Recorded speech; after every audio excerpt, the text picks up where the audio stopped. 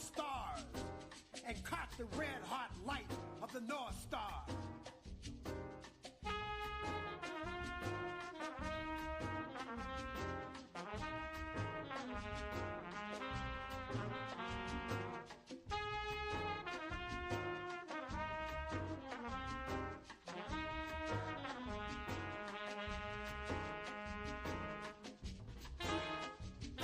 She opened the earth, walking with blood-soaked feet.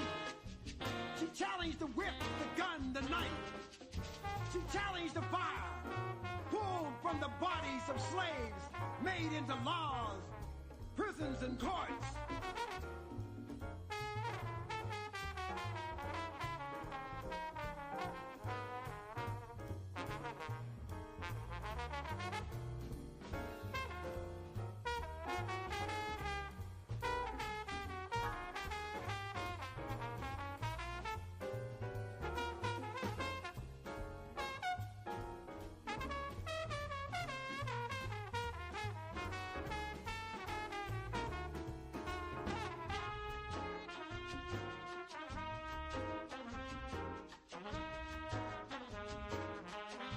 Screaming white-hot flames and agony, she challenged millions of headhunters, dragging and ripping apart impossible tender moments of time, shipping vessels of history, ancient history, destroying the fabric, the godlike claw of destiny, of a people with a gun, a knife, a cannon, building the hideous wall of blood called slavery.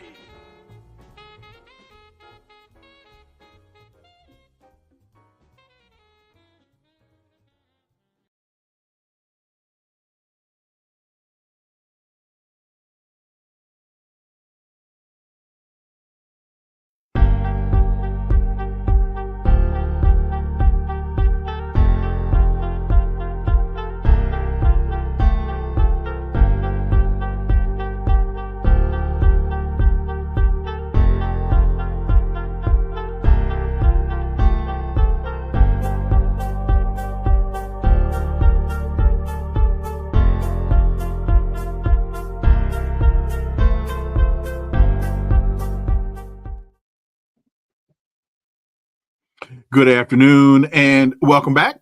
You know, even though legal apartheid was dismantled in South Africa in the 1990s, its vestiges still exist. Now, more than 100 years later, 100 years after legal apartheid began, Black people in South Africa make up 81% of the population of about 63 million, yet Black South Africans only own approximately 4% of the land. A long debated expropriation act signed by South African President Cyril Ramaphosa last month seeks to right some of the wrongs of apartheid by allowing the government to take land and redistribute it. Obviously, there are issues with this process, as there were in Zimbabwe in 1979. What's going on? Well, let's connect some dots and find out.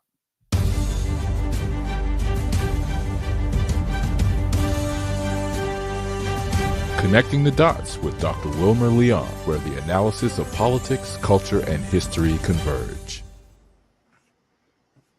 Welcome to the Connecting the Dots podcast with Dr. Wilmer Leon, and I am Wilmer Leon. Here's the point. We have a tendency to view current events as though they occur in a vacuum, failing to understand the broader historic context in which most events take place. During each episode, my guests and I have probing, provocative, and in-depth discussions that connect the dots between these events and the broader historic context in which they occur, thus enabling you to better understand and analyze the events that are impacting the global village in which we live. On today's episode, the issue before us is South African assertion on the world stage.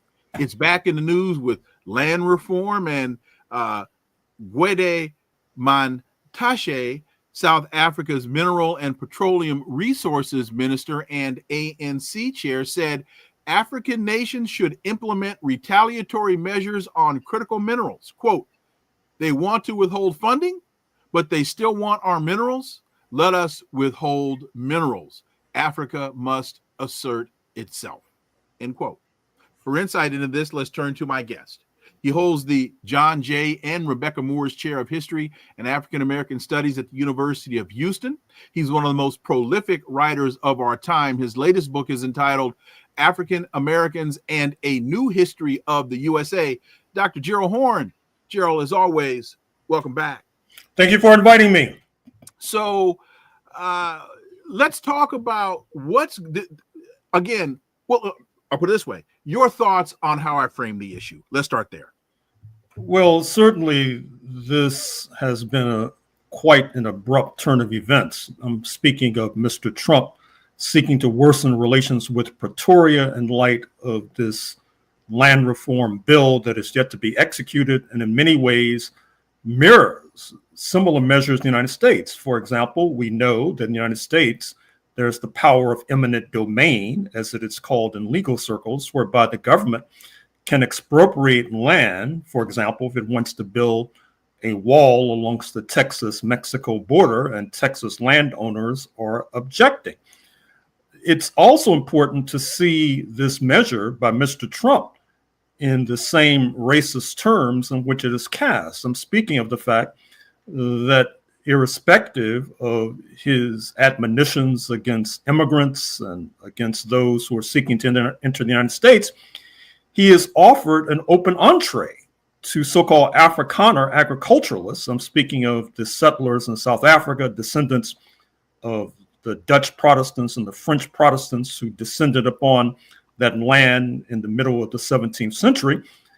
And this is quite curious at best, but for those of us who have at least a passing familiarity with settler colonialism, it should not be a shock, because as you suggested in your opening remarks, when Zimbabwe, South Africa's neighbor to the north, sought to embark upon the path of land reform, it was sanctioned. There was an attempt to drive the Zimbabwean economy into the ditch, which was not altogether unsuccessful. This measure was joined by the UK, the former colonial master, not to mention its satraps, such as Australia as well. We should not also be surprised by this turn of events in light of the curious coalition between the Republican Party and the MAGA movement and refugees from apartheid. Not only First Buddy Elon Musk, busily administering a wrecking ball to the US government, but also David Sachs, the so-called AI crypto czar in the White House. You may be familiar with Roelof Botha, who is the leading venture capitalist in Silicon Valley. You may recognize that name because it was the name of one of his lineal ancestors, speaking of Pete Botha, who was the last foreign minister of apartheid South Africa, Peter Thiel, who helped to kickstart J.D. Vance's political career, not only employing him in Silicon Valley, but grub-staking his campaign finance kitty for his successful race to the U.S. Senate in Ohio a few years ago. And of course, Joel Pollak of Cape Town, who has been mentioned as a possible U.S. ambassador to South Africa, who shares the same right-wing leanings of those aforementioned men, including Peter Thiel, who needs more evidence and introduction if we are to gain an understanding of Mr. Trump himself.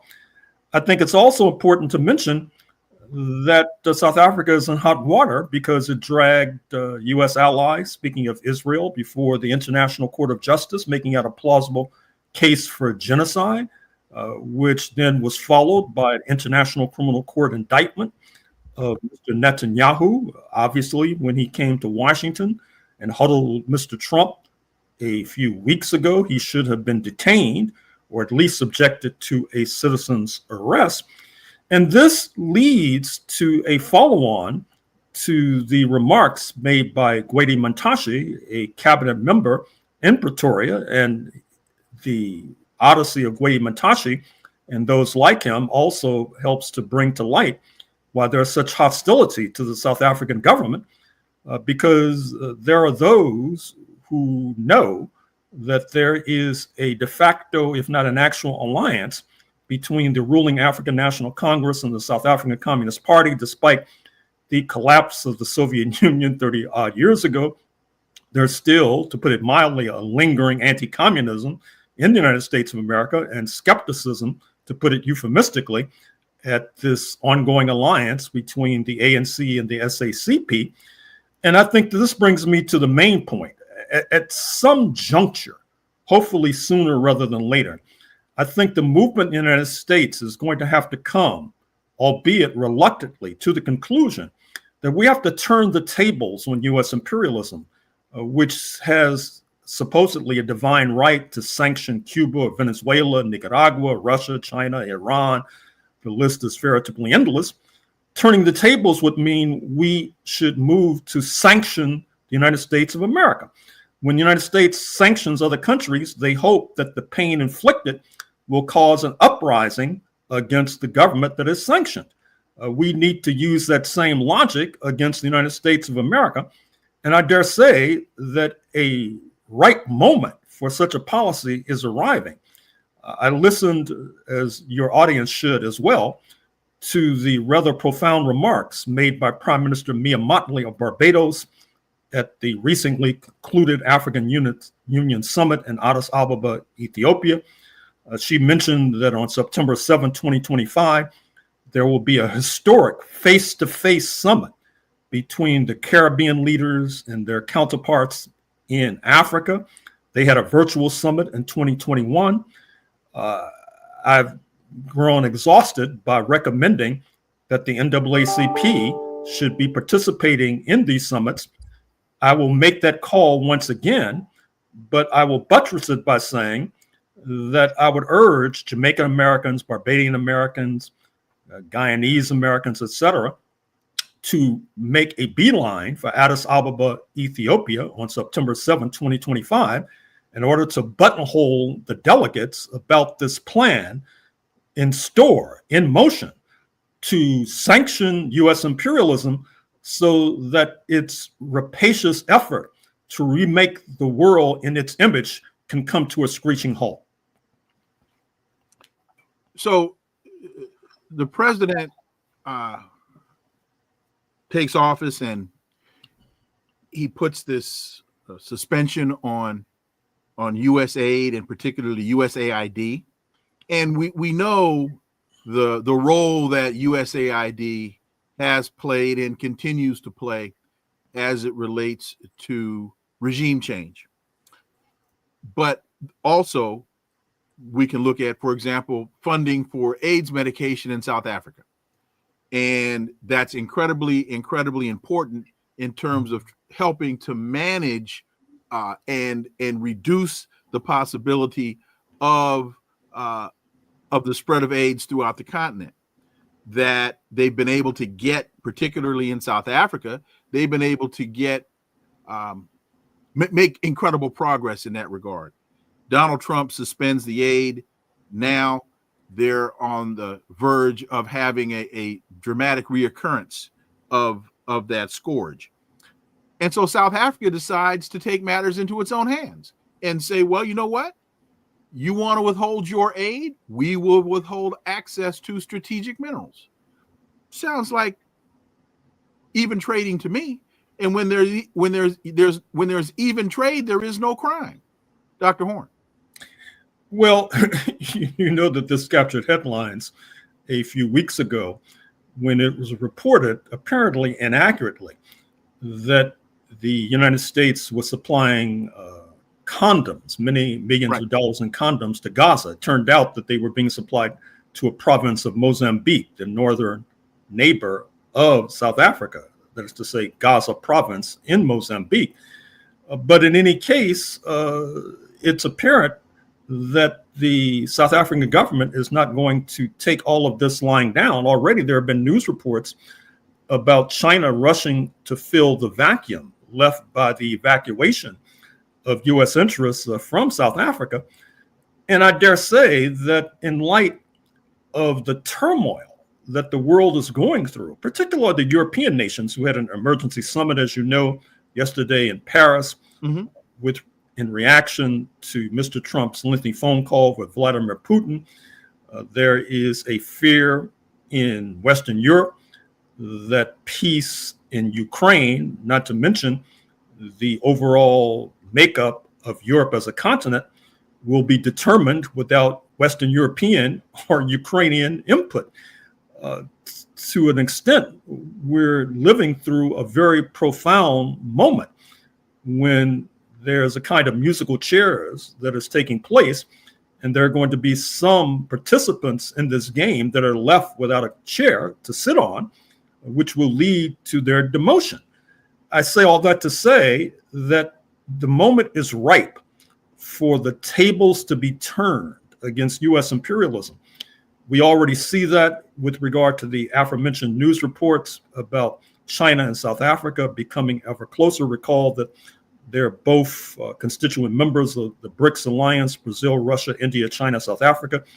You can make a credible argument that the helter-skelter erratic policy making taking place in Washington and the overturning of a decades-long alliance with European allies and Canada, et cetera, is driven in no small measure by the fact that China and the BRICS are in the passing lane.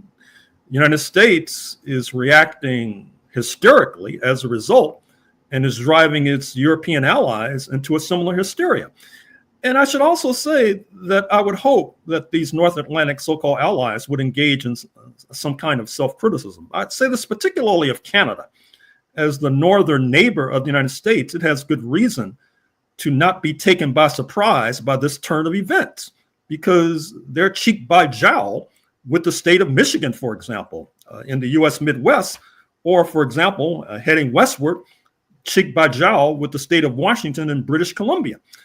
And if they were familiar with their history, they would know that when the United States tried to seize Canada during the War of 1812, not least because Canada was providing an open sanctuary for fleeing enslaved Africans, that those fleeing enslaved Africans were placed alongst the border between Canada and the United States because Canada had reason to believe they would fight fiercely against a U.S. invasion, because if the status quo had been overturned, those Black people would have been, quote, re-enslaved, unquote, a verb that has fortunately disappeared from the lexicon, but if we're not careful, may make a reappearance. And so Canada should not have been taken by surprise by Mr. Trump talking about Canada becoming the 51st state, about using economic force to compel this result, leading to Canadians booing U.S. basketball teams at games in Ontario, or the U.S. hockey team in games due east in Canada. And so the moment is ripe for a real shift in the political trajectory of the anti-Trump forces here in the United States of America. But excuse me if I'm allowed to say that I'm not sure if the forces on the ground in the United States are prepared to take advantage of this propitious moment. Kevin Baptiste, thank you so much for that that $10 super sticker. Greatly appreciate that. How concerned should America and American interests be as we look at what's happening in South Africa, the pushback that we're seeing, the tangible pushback that we're seeing with Cyril Ramaphosa in South Africa, and the developments in the Sahel states? In the middle of there seems to be some geographic dynamics here that are demonstrating African leaders are there's a resurgence of interest in controlling their own interests, moving beyond flag independence, moving to true independence. How concerned should the West be of the infectious nature of these types of movements forward? Well, certainly the North Atlantic countries are definitely interested in this turn of events, because after all, their ability to treat the entire continent of Africa as the horse and themselves as the rider has been essential to the growth of the economies of certain Western European nations and the simultaneous decline of the economies of certain African nations as the late Guyanese historian Walter Rodney put it in his now classic book, How Europe Underdeveloped Africa. Certainly you are correct to point to the Sahel, Mali, Burkina Faso, and Niger in particular, their efforts to reclaim their resources, gold in Mali, for example, where you've had the spectacle of North American mining giants, their executives being held until the companies that have heretofore been exploiting shamelessly the resources in Mali, and they were being forced to cough up more revenue so that the Malian government would have more to spend on education and healthcare. You see a similar process unfold in Niger, where French electricity had been heavily dependent upon Nigerian uranium, but now the Nigerians are asking for more than a pittance. And of course, France is highly upset. US imperialism thought it could take advantage of this situation by sliding in as France was being ousted, but the African leaders in Niger in particular wagged their finger Dikembe Mutombo style and said, no, thank you. We will do without the alleged development interests of the United States of America in Niger. We were heartened to see that in the recently inaugurated government in Accra, Ghana, under John Mahama, that they have tried to engage in acts of solidarity with neighboring Burkina Faso. It's quite heartening. And certainly, to return to the African Union meeting that just concluded this past Sunday in Addis Ababa, Ethiopia, you had a full-throated example of the kind of fresh winds that are blowing through the continent. And to repeat, this is being propelled, not least, by the shifting correlation of forces globally, by the split in the collective West. Speaking of the US and its erstwhile North Atlantic allies, including Canada and the Western European nations, which makes it difficult for them to act in unison and therefore makes them easier to split and turn one against the other. For example, United States versus France in Niger, for example. Mm-hmm. Mm-hmm. Simultaneously, as noted, you have the rise of BRICS, Brazil, Russia, India, China, South Africa, with Egypt and Ethiopia and Nigeria being recently co-opted to the ranks, including now, as we speak, Indonesia, with perhaps Turkey on the way, and not to mention Bolivia, Cuba, etc. And so we're living through a profound moment, but once again, I'm not sure if many of our activists, many of our organizations are aware. I've noticed this tendency in the United States in particular for folks to feel, well, I learned everything I needed to know 20 years ago, for example, and I don't really need to keep up with what's going on today. Well, that's a very profound error, a very profound blunder that will haunt us for years to come. Yeah, that's analogous to saying, I learned how to ride a horse when I was a kid. I don't need to know anything about an automobile. I mean, things are changing that dramatically and changing that quickly that, it's a challenge for a lot of us to stay on top of what's happening for as quickly as things are changing. So let me see. It might have been yesterday that Volodymyr Zelensky talked about an offer to the United States, offering them access to strategic minerals in Ukraine, just as Cyril Ramaphosa is saying, think we might have to shut down American access to strategic minerals coming out of South Africa. Is that a coincidence? Or is that Zelensky trying to exercise leverage? Well, it's laughable. It's what it is. For one, the minerals, the strategic minerals, supposedly under Kiev's jurisdiction, are actually part of the territories that are no longer under the jurisdiction of the Kiev regime. They're in the eastern part of the country, where Russia is now dominant. And in any case, Mr. Zelensky is really cutting a sad figure nowadays. If if I were more sentimental, I'd probably shed a tear on his behalf. I mean, here you have the spectacle of Russia and the United States meeting in Saudi Arabia, and after polluting the atmosphere by taking his private jet into Turkey to meet with President Erdogan, he then takes off for United Arab Emirates, and I understand that soon he'll be in Saudi Arabia. I mean, for what reason remains unclear. Mm-hmm. Is he going to hang out outside the door in the lobby where the Russians and the U.S.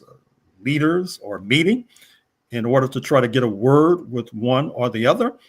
You see a regime on its last legs, and perhaps even more sad is the spectacle of Sir Keir Starmer, the Prime Minister of London, mm-hmm. offering to send peacekeeping troops to Kiev. But first of all, that presupposes that there's been some sort of agreement, and that the United Nations Security Council, where Russia has a veto, would authorize the arrival of British troops.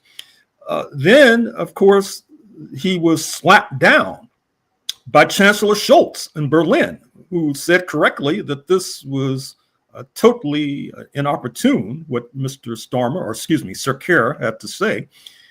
And all the while, you have the little Napoleon himself speaking, President Macron, who, to his credit, has spoken of NATO previously as being brain dead, but somehow has discovered his inner hawk.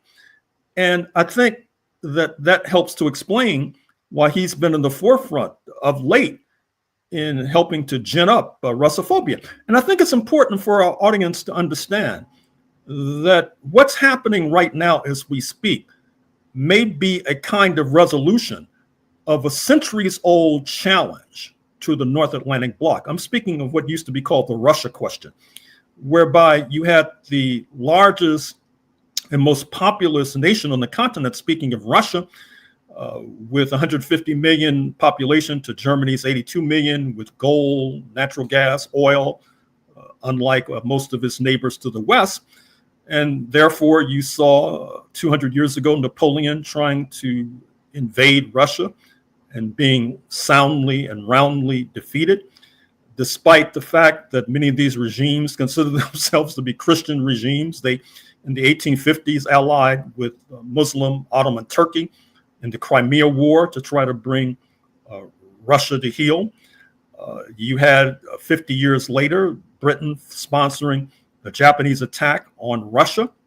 And a few years before that, and this is something your audience should pay careful and close attention to, is that a few years before that, in Ethiopia, where you had the defeat of the Italian invaders. And by the way, Prime Minister Motley, in her speech at the African Union, she termed it as remarks in the spirit of Ottawa being the site where the Italian invaders were defeated. One of the reasons they were defeated was because the Abyssinians, the Ethiopians, were armed to the teeth by the Russians, including machine guns used to mow down systematically the Italian invaders. Now, this was not just a matter of charity. It was a matter and a reflection of the fact of the Russians seeking to strike back against their tormentors, who, as noted, were sponsoring all manner of invasions of their territory, culminating with Operation Barbarossa, June 22nd, 1941, with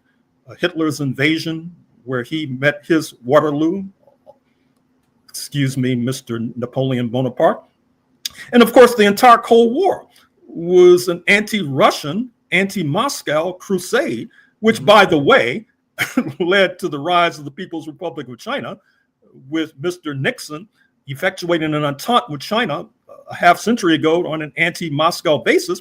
So you would think that after all of this history I've just recounted to you, which may come as a shock to many of these think tankers and hangers-on in foreign ministries who don't know beans about history, but in any case, even if they don't know beans about history, you would have thought that they would have a clue that the time has long since passed to come to some sort of reasonable resolution to the Russia question, which may be in the process of being resolved, not necessarily because of enlightenment on the part of those in Washington, D.C., but because Russia once again is prevailing on the battlefield of Ukraine, leaving the patrons of the Kiev regime no other option besides coming to a settlement of this war. Talking about Napoleon, that just made me think about Donald Trump and his recent tweet. He who saves his country violates no law.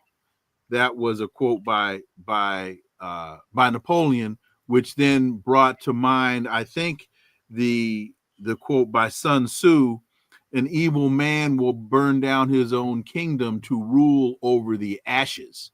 That seems to be very apropos for where we are right now. I want to talk a little bit more about this whole issue with the European Union, with Donald Trump calling President Putin, and they're now having their teams meeting in South Africa. Saudi Arabia.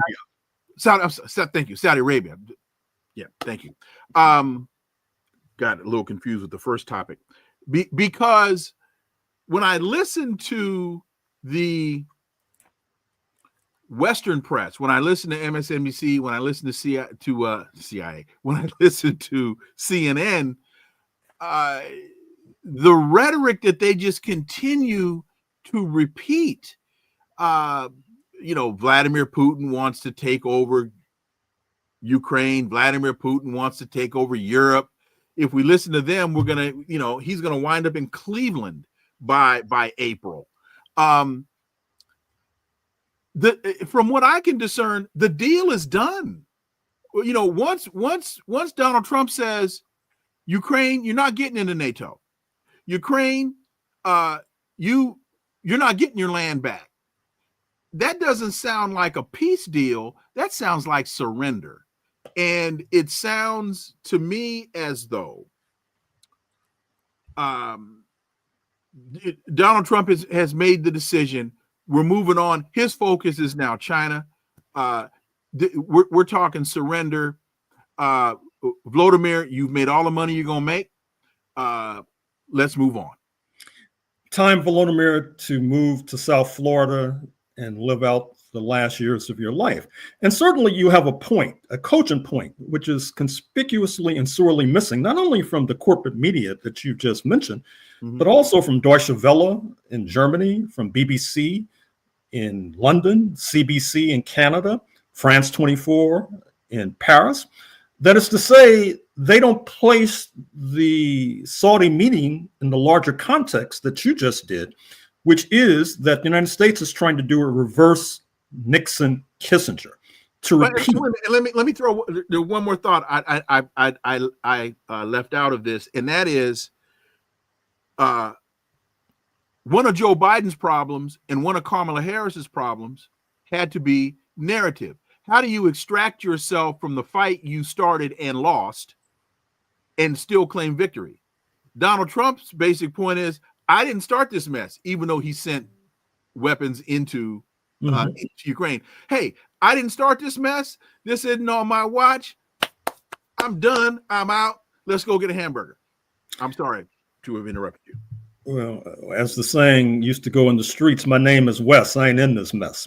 So with regard to the larger picture, Mr. Trump is trying to execute a reverse Nixon-Kissinger maneuver to repeat 50-odd years ago. They effectuated an anti-Soviet entente with Beijing. The price was high. It basically put China in the passing lane where it now sits. I'm researching a new book on U.S.-China relations, and it's remarkable the assistance that went to the People's Republic of China. I've mentioned previously how during the Carter years in the late 1970s, when this process entered jet propulsion, you saw that the erstwhile leader of the United Auto Workers, Leonard Woodcock, was appointed as U.S. ambassador to China, and therefore you had a representative of U.S. labor in the driver's seat as entire material and manufacturing productive capability was shipped across the Pacific to China. If you look at Huawei, the Chinese telecommunications giant, was driven out of business. A number of North Atlantic competitors, they were assisted every step of the way by IBM, by 3M in particular, which when Huawei was in a corner, to which it was driven by Cisco, which was on the verge of driving Huawei out of business, 3M then came to the assistance of Huawei. And so instead of having an agonizing reappraisal of all of these facts that I've just brought to your attention, you see the sorry spectacle of these corporate media giants bending over backwards to avoid informing the population about what's really going on. Now, to a degree, you can be sympathetic because the Federal Communications Commission is scrutinizing carefully National Public Radio and PBS, for example, which has the NewsHour on every night at about dinner time, misleading oftentimes, I'm afraid to say, the US population. You have CBS, which is trying to effectuate a deal with David Ellison, the son of Larry Ellison of Oracle, to sell Paramount to his Skydance. But at the same time, Mr. Trump is suing CBS because he claims that they botched a 60 Minutes interview with Kamala Harris to his detriment.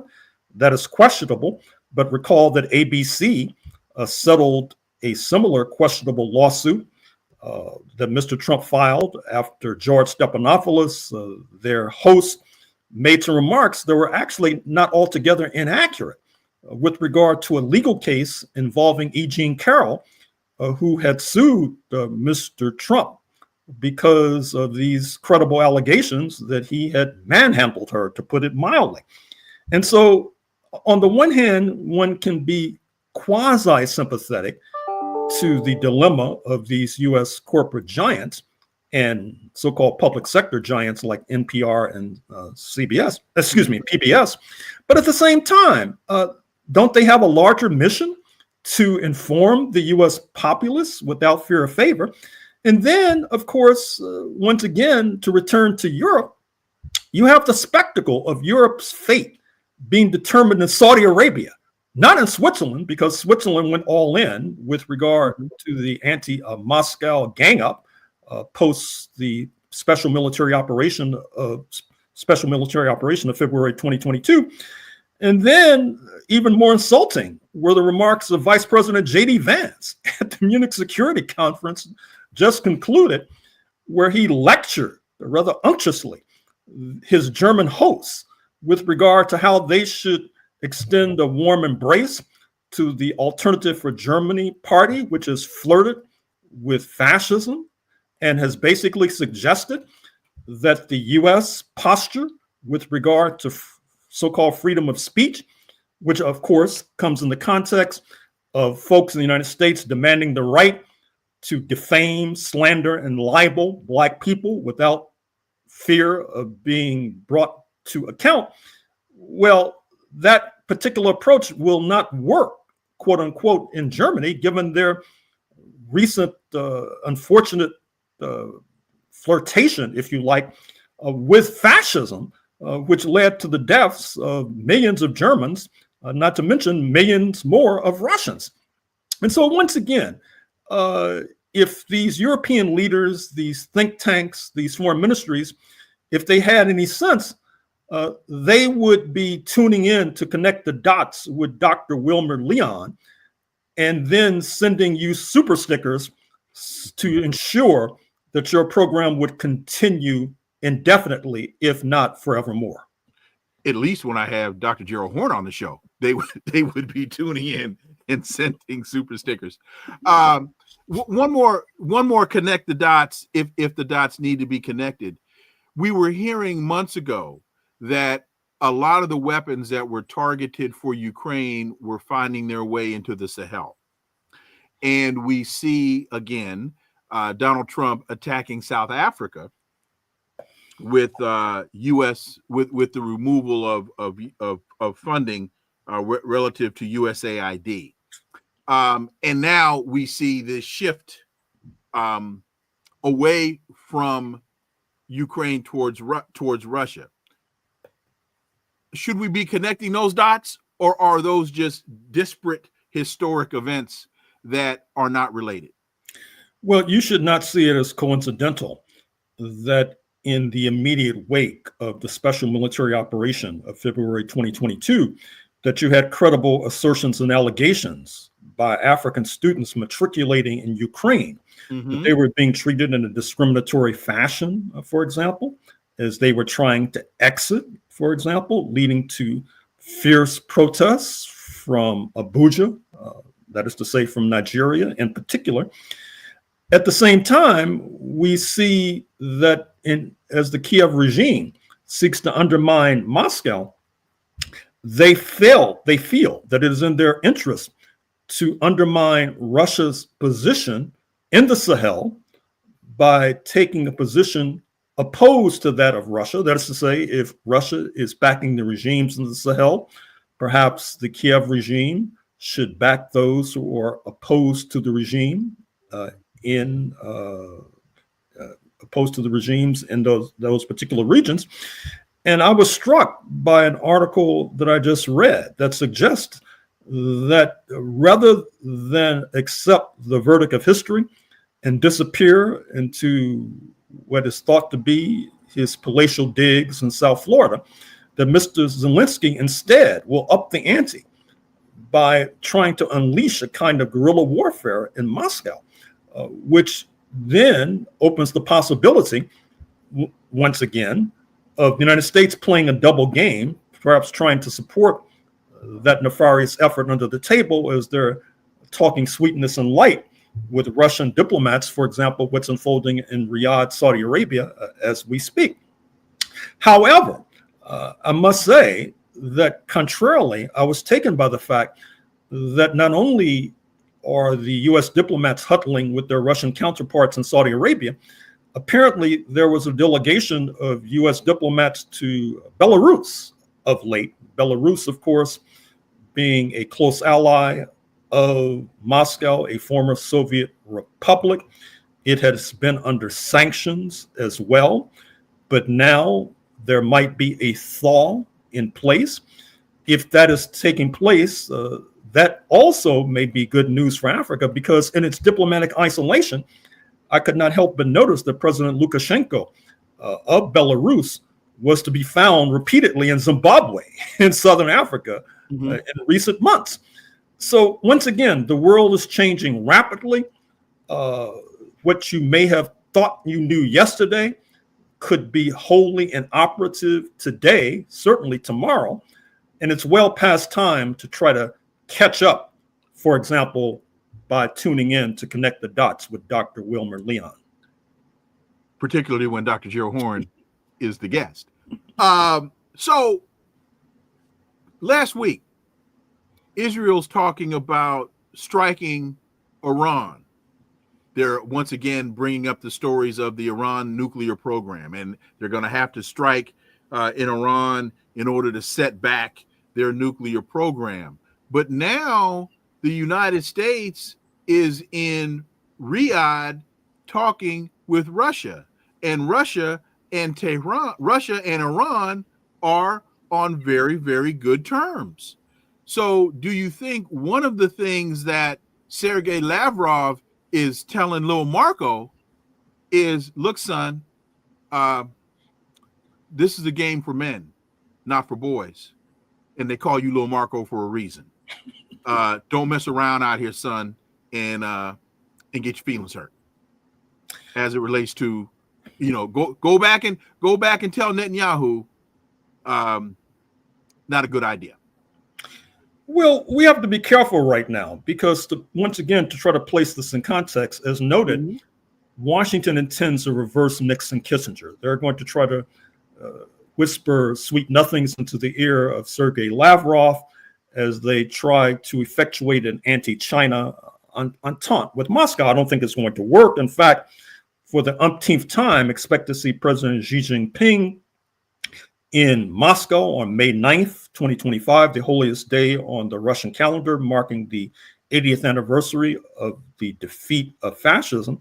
Of course, in their wildest dreams, perhaps nightmares, the Western Europeans have been cooking up these stories that, as the lawyers say, I'll just quick claim to the audience, that there is this diabolical plot in store, say certain North Atlantic erstwhile allies, that the United States, Russia, and perhaps China, and this may also be the source of this rumor that Mr. Trump himself may show up in Moscow on May 9th, 2025, that they're going to somehow cook up a plan to rout and plunder the North Atlantic countries, which I don't think is credible. But on the other hand, it would be, in a sense, a poetic end to centuries of colonialism foisted upon most of the world by these very same Western European nations, how the worm has turned, so to speak.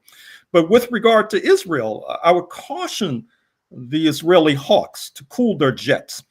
The Iranians are no joke.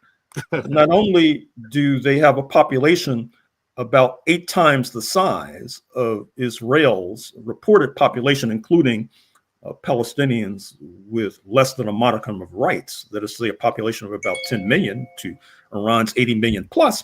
But then they have allies in southern Yemen, or in Yemen, as we know, who basically imposed sanctions on Israel, closing down the Israeli port of Eilat in many ways. Mm-hmm. And then you have the spectacle, as we speak, of Israel choosing to occupy southern Lebanon in contravention of a painstakingly negotiated agreement, which is obviously going to displease Hezbollah, another close ally of Iran. So Israel could be tied down on the southern Lebanon front, on the Yemen front, and I trust and I hope that they're not like the apparently fictional French military leader who said, "My left flank is collapsing, my right flank is retreating. All signs are positive. Let us advance." I don't think that that's a wise military strategy, which is why that story is thought to be apocryphal. And Anthony Jones, thank you so much for that $5 super sticker. Greatly appreciate that. Man,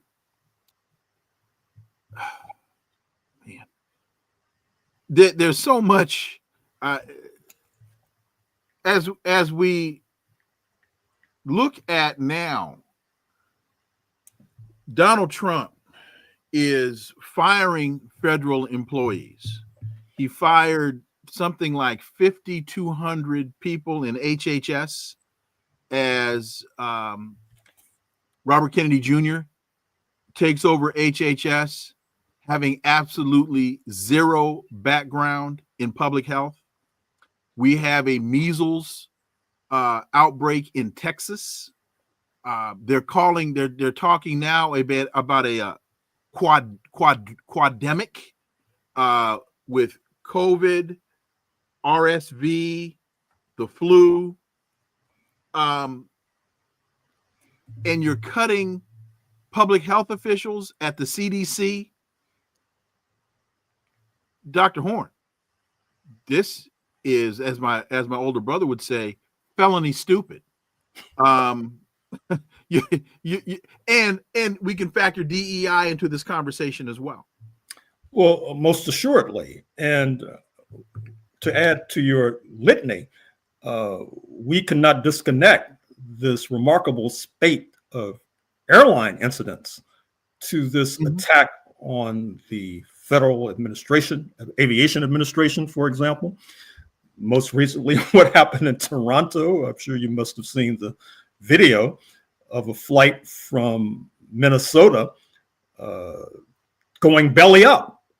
Fortunately, there were no fatalities, but we should expect more of the same as Mr. Elon Musk and his merry band of young adults and teenagers run riot through the federal bureaucracy.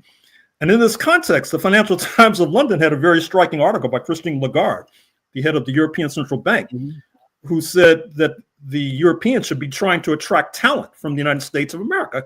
After all, you have scientists from the Centers for Disease Control and from other federal agencies being laid off. They can get very appropriate compensation from Western European nations who are looking for the kind of talent that they hold. And I'm happy to see that you mentioned DEI, because there's a lot of confusion with regard to diversity, equity, and inclusion. Mm-hmm.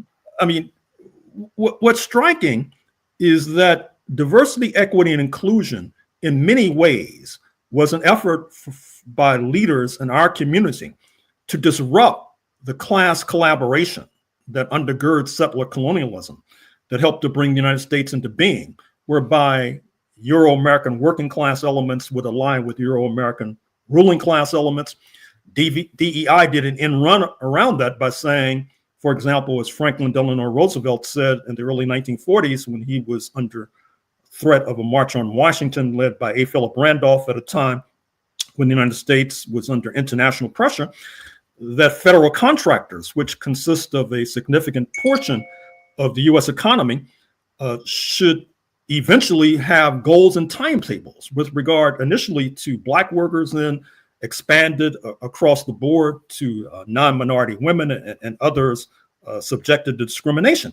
Now, to listen to some of our liberal and social democratic friends, they would say that that legacy of affirmative action in DEI was actually a diabolical plan by the U.S. ruling class to disrupt class solidarity, when actually it was an attempt to disrupt class collaboration, as I just suggested. I mean, people have a kindergarten-like understanding of the true and actual history of the United States of America, which is one of the reasons why some are suggesting credibly we may be on the verge of fascism. And then even some of our friends on the left, who really should know better, they act as whenever we are able to exact a reform, such as affirmative action or DEI, they act as if it is, once again, a plot by liberals. Liberal counterinsurgency tactics is the phrase I heard most recently. Mm-hmm. As opposed, so what do they want? They want overthrowing of DEI so there can be a lily white workplace? Is that their goal? Well, if that is their goal, they're well on their way to attaining and accomplishing that irresponsible goal. But once again, I think that this is a reflection of ideological weakness. It's a reflection of why it is that the trade union movement is so weak in this country, because of this aforementioned class collaboration, which then forces those of us who are subjected to white supremacy to scramble to try to effectuate these reforms, which then lead to us being savaged by liberals and social democrats and Black people who should know better. So this is the sad state of affairs that we face in February 2025. There was a question about the plane. I assume it was the plane that crashed in Canada. Was it a Boeing plane? No, it was actually a Bombardier. I think that's how you pronounce it. Bombardier, a Canadian company that manufactured two. Who asked that question? Now I'm drawing. Maybe it was Flat Earth that asked that question. But no, it was Flat Earth. Was it a Boeing plane? If you were talking about the plane that crashed in Toronto, no, it was not a Boeing plane. It was a Canadian-made plane, a Bombardier or DA plane. I was watching CNN, and they're interviewing Hakeem Jeffries, and he throws up his hands and he says, they have the House, they have the Senate, they have the executive branch. It's their government. What do you want me to do? That made me think about the Republicans that met at the I'm trying to remember the name of the restaurant, the night that Barack Obama was sworn in. A group of Republicans met and they decided, to hell with this guy, Barack Obama. We're going to be obstructionists. He's not going to get one piece of legislation through. They did not throw up their hands in disgust. They did not throw up their hands in defeat. They did not wave the white flag of retreat. Help me out. Am I connecting the wrong dots here? Not at all. I mean, if one wants to be uber sympathetic one can suggest that Congressman Hakeem Jeffries has fallen victim to liberal mythology in his understanding of the country he is seeking to lead, speaking of the United States of America. That is to say that just as in Israel, it's not enough to have a majority in the Knesset in order to effectuate potent legislation. You need a Jewish majority, for example, disregarding the interests of the 20% of the population that's Arab and Palestinian. It's not well known or well recognized in the United States of America. In order to engage even in resistance, for example, those Republicans you mentioned, it's not enough to have even a majority. You need a settler majority, which the Democrats have not enjoyed for decades, in which the Republicans now have a stranglehold over. And so if you want to be uber sympathetic to Hakeem Jeffries, you can say he's just reflecting a dilemma that has been inadequately explained by liberal propagandists and liberal mythologists. And in fact, I dare say that the entire world is suffering because of absorbing liberal mythology and liberal propaganda. For example, this cockeyed notion that somehow in 1776, this paragon of democratic virtue was proclaimed in North America, despite the fact that the number of enslaved was in the thousands in 1776 and in the millions by 1861 on the verge of the Civil War. The country was on the eastern seaboard, a narrow strip of land in 1776. By 1861, it had spread to the Pacific, was about to leapfrog the Pacific into Hawaii, which it seized a few decades later.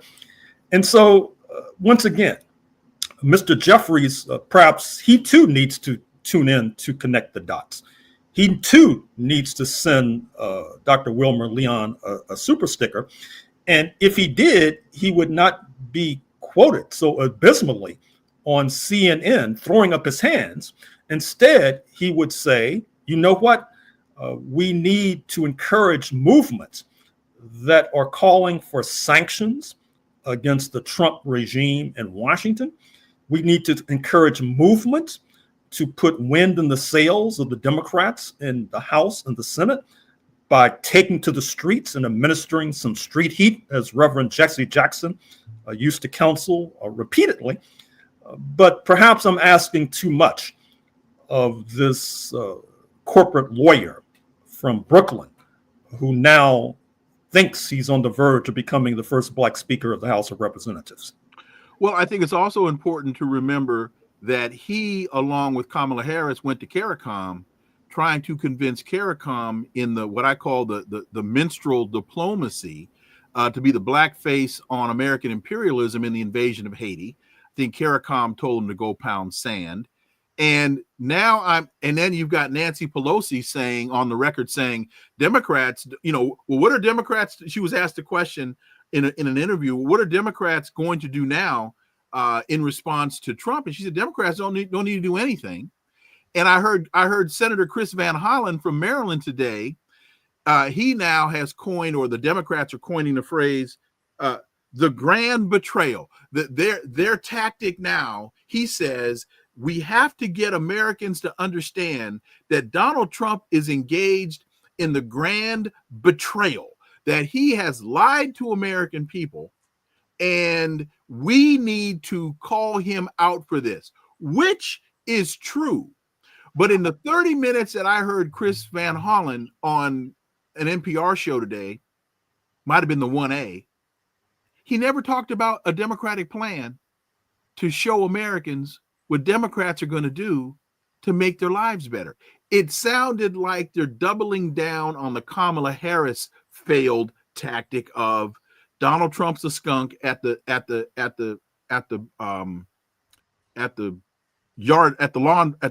lawn party, and we're not him. Well, I'm sure Mr. Chris Van Hollen recognizes that according to recent polls, I'm afraid to say that Donald Trump's approval rating is over 50%, which he did not attain in terms of the popular vote in November 2024. I think that Mr. Van Hollen, along with other Republicans, it's well past time to come to a truer understanding of the class politics of the United States of America. That is to say, the 1% is enthralled, ecstatic about the attempt to overthrow the Consumer Protection Financial Bureau, for example, which would turn $20 billion to ordinary consumers, taking out of the pockets of banks and other one percenters. That's on the one hand, in terms of what the 1% gets out of Trump. Whereas the base, they're overjoyed by the overthrow of DEI because, as Congresswoman Crockett of Texas put it, this, they think, helps to ensure that the mediocre members of the Trump team and the Trump coalition can get jobs and promotions against the interests of their Black peers, against the interests of non-minority women, for example.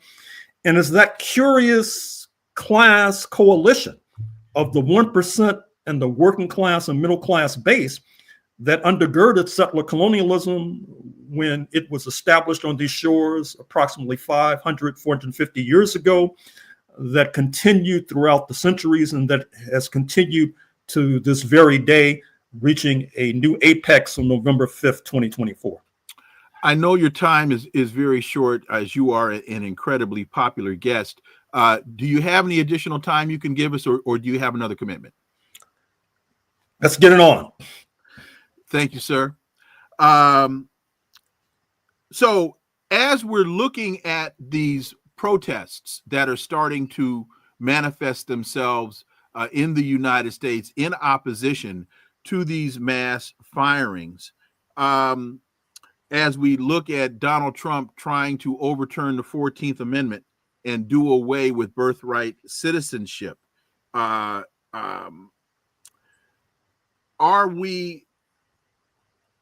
should we be concerned about a martial law declaration being declared by the Trump administration if these protests continue? In fact, now I'm going to interrupt myself and go back to Chris Van Hollen, go back to Hakeem Jeffries saying, "What am I to do?" Hey, man, the country is protesting. You might want to think about getting on that wagon train and being part of these protests. But with all of that, should Americans be concerned about the president trying to implement martial law? Oh, most definitely.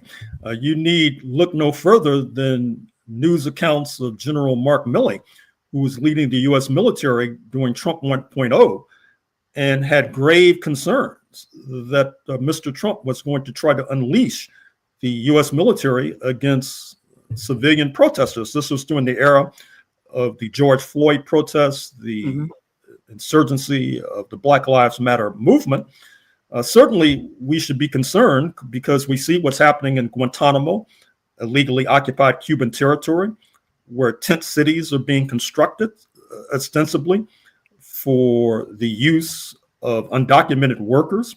And by the way, as the United States seeks to expel undocumented workers, expect a slowdown in the construction industry, expect a slowdown in particular in the restaurant industry, where these workers play a pivotal role. And with regard to the former, this ties into our previous discussion about affirmative action, because one of the many reasons why you have so many undocumented workers toiling on construction sites as hod carriers and other skilled jobs is that the Black workers in particular, because of racist credos put forward by these unions, have oftentimes been systematically barred from those kinds of positions. Look at the history of the group once known as Fight Back or Harlem Fight Back, led by the late Jim Houghton of Manhattan, which used to have sit-down protests at construction sites all around Manhattan, as, of course, Donald J. Trump was soaring to prominence by building skyscrapers. And so certainly, I think that our constituency should be gravely concerned, as Mark Milley was, by this turn of events. And once again, look no further than the skyrocketing stocks in the prison industrial complex industry. GEO, for example, we're not in the business of giving out the stock tips, least of all with regard to the prison industrial complex. But it is rather mind-blowing to see how these stocks are going through the roof, because they suspect that there is going to be a mass deportation effort, a mass incarceration effort, and that in California, to use an analogy, you may recall that one of the reasons why the prison guards industry, union, became so popular and so prominent, including helping to elect certain politicians and defeat others, was because they thought that they had a material interest in making sure that prison cells were occupied.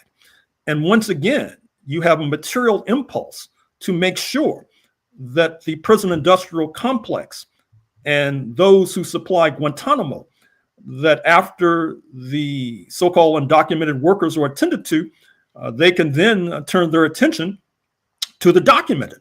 And in this regard, pay attention to this attack on birthright citizenship, because you've had certain law professors who are now claiming, including a prominent law professor at Georgetown, whose name I will not mention, saying that Mr. Trump has a credible case, believe it or not, to get rid of birthright citizenship, despite the plain and clear meaning of the 14th Amendment to the U.S. Constitution, despite the incisive scholarship of Martha Jones of Johns Hopkins University History Department and her book on the same subject. But I think it's important for your audience to recognize that when you're in a counter-revolutionary moment, all bets are off. All of this liberal propaganda about rule of law and liberal democracy and the rules-based order gets tossed out the window because, as J.D. Vance said in Munich the other day, there's a new sheriff in town. Mm-hmm. And he's making up his own rules on the fly as he goes along. Well, as you talk about the military or the prison industrial complex, you've got Little Marco in El Salvador, and the president of El Salvador is saying, hey, look at my beautiful prison complex that I have built here. I'll take your aliens. And oh, by the way, I'll take American prisoners as well. And Marco doesn't say, oh, wait a minute. No, that's beyond the pale. What he says is, no one has ever made that offer. We're going to have to take some time when I get back to DC and contemplate this offer. Thank you. I don't think those types of comments are made off the cuff. When people start making statements, when leaders start making statements like that, people need to pay attention. Pay attention indeed. Now, once again, to return to California, that historically, at least for a number of decades, there have been complaints that the population, particularly the Black population, but the population in general is in the South, but the prisons are hundreds of miles away, for the most part, due north, which puts a burden on families, on children who seek to visit their loved ones behind bars. Obviously, if you're shipping prisoners to El Salvador, that's going to magnify and exacerbate that California problem. Already, you see that in the 50th and presumed final state, tip of the hat to Canada, speaking of Hawaii, that already they've been, for some years now, shipping their incarcerated prisoners 2,000 miles eastward to the North American mainland, for example, which makes it virtually impossible for families to visit their loved ones if they're incarcerated in Arizona or Nevada, for example. So once again, it's important for your audience to recognize that we're in the midst of a counter-revolutionary moment, not unknown on these shores. After all, how would you characterize what follows the U.S. Civil War and the bloody overthrow of the post-1865 regimes by the Ku Klux Klan and other armed elements tied to the then ascendant Democratic Party, but a counter-revolutionary moment? I wrote an entire book entitled The Counter-Revolution of 1836, when Texas secedes from Mexico, because Mexico, under the president of African descent, speaking of Vicente Guerrero, is moving to abolish slavery. Sam Houston, Stephen F. Austin, and other so-called Anglos who then ostentatiously affix their names to major cities like Houston and Austin, revolt, secede from Mexico in order to establish an independent republic, which for a while challenged the United States for the captaincy of the illicit slave trade, with the Lone Star flag being found off the shores of Angola, off the shores of Brazil, off the shores of Cuba, before finally capitulating to global abolitionist sentiment, led not least by revolutionary Haiti and crawling into the Union by 1845, where it's been ever since, although there have been stirrings since that point about Texas once again seeking to establish its independence. And I was struck by the demographic projections that suggest that within 20 years or so, Texas will have a population larger than that of California, which will probably give jet propulsion, if we're not careful, to these rumblings about the Texas secession from the United States of America.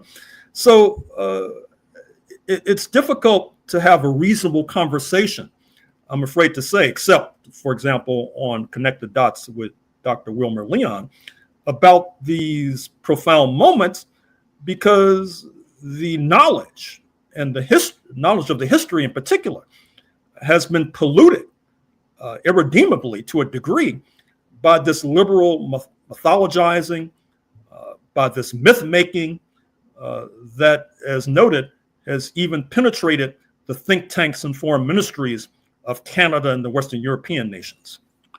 And I was asking you earlier about the measles outbreak in Texas, and now here on MSNBC breaking news: Trump cuts scientists and public health leaders as measles outbreak in Texas reaches 58 cases. So we are a little bit ahead of the game.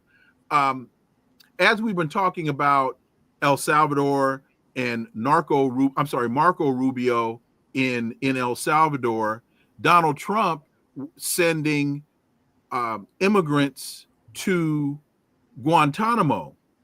And I don't know how much of that is Donald Trump actually wanting to expand the capacity of Guantanamo to take more prisoners, as it is just a marketing ploy. Because when you think about Guantanamo, when you ask someone on the street about Guantanamo, they immediately talk about terrorism.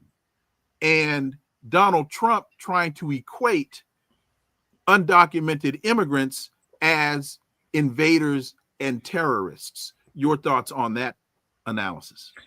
Well, you have quite a bit of buyer's remorse in that particular context that you just sketched. For example, in the suburbs of Houston, Texas, where I'm now sitting, you've had a considerable influx of folks from Venezuela. You know that 7 million have fled that South American oil-rich nation in recent years, not least because of sanctions imposed by Democratic and Republican administrations alike. At the same time, many of these folks, they were highly supportive of the MAGA agenda until, of course, they recently found out that Mr. Trump might be weakening their immigration status. Recall that Richard Grenell, the hatchet man for Mr. Trump, was just in Caracas shaking hands with President Maduro, who agreed to accept more plane loads of deported Venezuelans. And ironically, perhaps perversely, some of those who have supported the MAGA agenda, who happen to be of Venezuelan ancestry, are now being shipped en masse to their erstwhile homeland. Speaking of Venezuela, that's one of the many ironies of today's political moment, why there's so much buyer's remorse with regard to those who were supporting the MAGA agenda or, heaven forfend, voted for Mr. Trump himself on November 5th, 2024. The problem is that as of now, and I underline as of now, there's not enough momentum to have an impeachment to remove Mr. Trump from office and remove J.D. Vance from office, to have a wholesale house cleaning in Washington, D.C. As of now, the idea that I put forward on this program of having a sanctions regime imposed on Washington, D.C. to compel the Trump administration to move in a direction that right now it's reluctant to move in that direction. So we have a lot of work to do. But the fact that I'm mentioning this now suggests that there is quite a bit of room for improvement in terms of strengthening and fortifying the anti-Trump coalition. Two more questions. One, I heard a story today about a concern about Donald Trump increasing the number of drones that are flying over Mexico. Did you hear that story? And do you have any, if you did, do you have any insight into that? Well, as you know, during Trump 1.0, Mr. Trump had to be had to have his arm twisted to prevent him from attacking militarily Mexico, supposedly attacking drug cartels. Right. To use that term that he oftentimes invokes. So it would not surprise me at all to see that that was taking place, particularly since Mr. Trump and those who support him are quite concerned about the fact that Mexico has good relations with China, good relations with Russia. The previous leader in Mexico, López Obrador, was notorious for not wanting to take foreign trips. One of the few that he made was across the water to Cuba, and that particular relationship continues. And so Mr. Trump, by means mostly foul, is looking to weaken that particular foreign policy orientation of this southern neighbor. I would hope that the northern neighbor, speaking of Canada, would act in solidarity with Mexico, since both are on the chopping block. But to repeat, I've been very disappointed by the lack of insight coming out of Ottawa. And that not only includes the Canadian elite, to a certain degree, it includes the Canadian left as well. Who was it here? James Starks asks, do you guys regret that Genocide Harris did not win?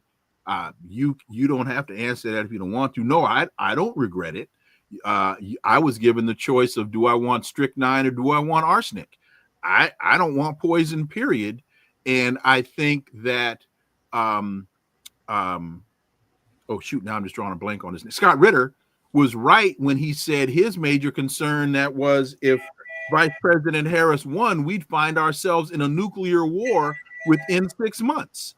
I don't know that that Scott was off on that statement. So no, I have no regret there.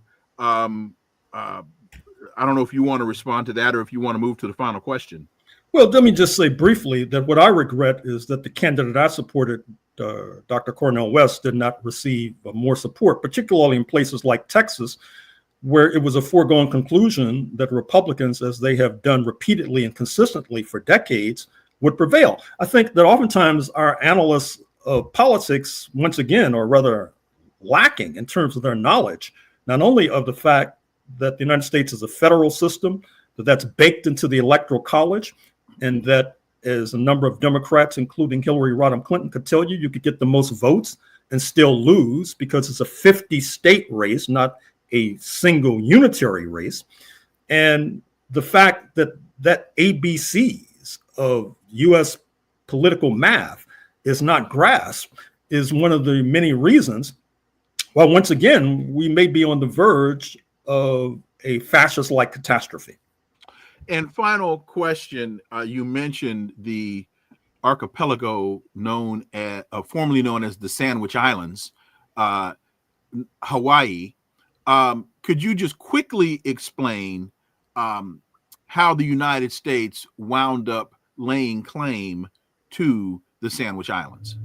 Well, as you probably know, I wrote a book called The White Pacific, U.S. Imperialism and Black Slavery in the South Seas After the Civil War.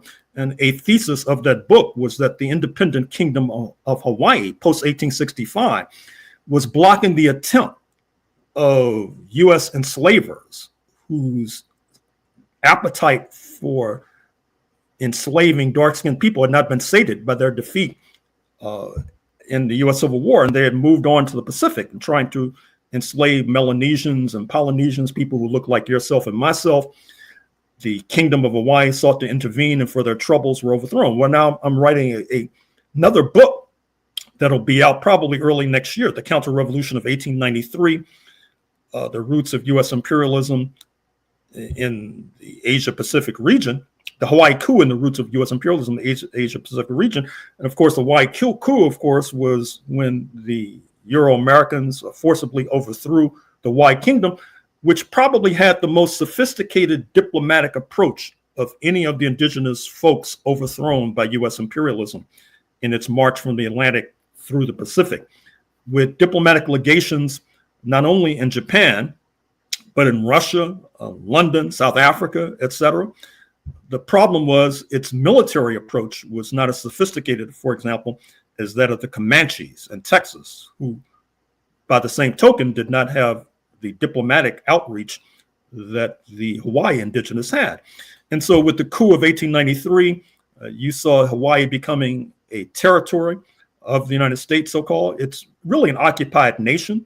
We should see the statehood of 1959 as being illegitimate. You know that in 1993, President Clinton, quote, apologized, unquote, for the 1893 coup. But if there is one solid attempt to secede from the United States of America in the 21st century, it will probably come from that archipelago once known, as you suggested, as the Sandwich Islands. And there's a question here from, I'm trying to see who it's from. The question is now I can't see who, I lost track of who asked the question, but the question is, Larry Hooks asks, which book by Dr. Horne should I read first? Larry, as I said in the open, Dr. Horne is without question the most prolific writer of our time. And his focus is so expansive. It really depends on where your interests in history lie, because he writes on so many different subjects. I would say that you should start with two books. One is Negro Comrades of the Crown, and then the second book would be The Counter-Revolution of 1776. And in fact, I'd actually read them in reverse order. I would read The Counter-Revolution of 1776, because that, to me, is such a revolutionary analysis of the American Revolution, that it wasn't taxation without representation is tyranny that was the focus of the American Revolution. It was the Somerset case in Britain that outlawed slavery in British territories, and that the American Revolution was a counter to the Somerset case, because the planter class in the United States were fearful that the outcome of the Somerset case, banning slavery, would make its way to the colonies, and that they could not afford to lose their free enslaved African labor. Is that a fair assessment of that book, sir? Yes, and far be it from me to dissent or disagree with one of your intellectual counterpower. But I would say this, that the book you mentioned at the top, the latest book that I wrote, yes, African Americans and New History of the United States of America, it incorporates many of the themes. For example, the 1776 book, the Negro Comrades of the Crown book, the White Pacific book, incorporates many of those themes by including the introductions. Now, of course, it doesn't include some of the work I did on Asia, particularly the relationship between Black nationalists and a rising Japan. It doesn't include some of the work that I've done on the film industry, for example, in Hollywood.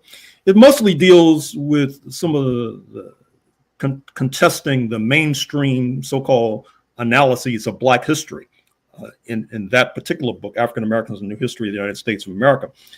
And for those in your neck of the woods, keep an eye peeled for my book that will be out in a few months on slavery in Washington, D.C., the capital of slavery, Washington, D.C., 1800 to 1865, where on Capitol Hill, as you had these foghorn legislators prattling and prating about liberty and freedom, within walking distance, within a stone's throw, you had Africans being sold, for example.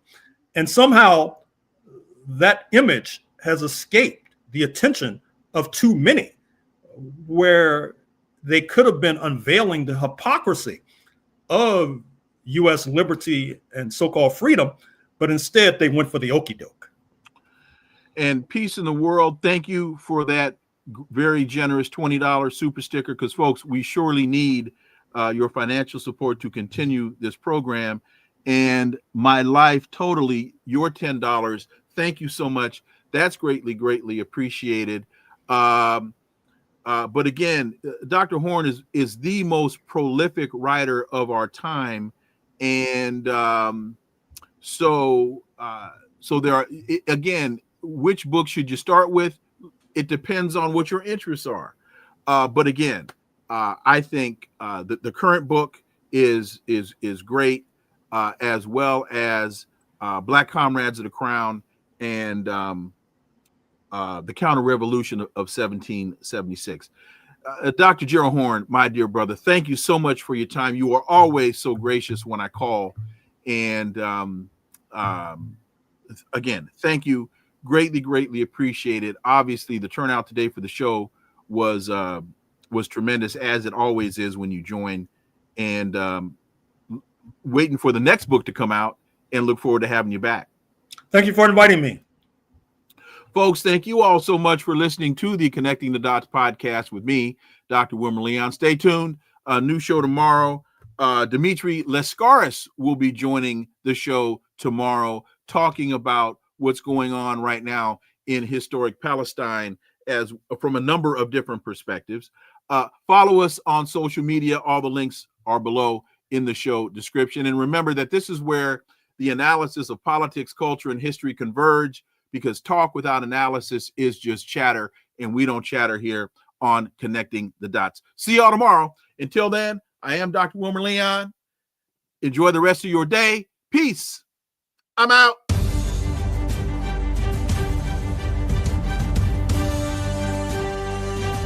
Connecting the Dots with Dr. Wilmer Leon, where the analysis of politics, culture, and history converge.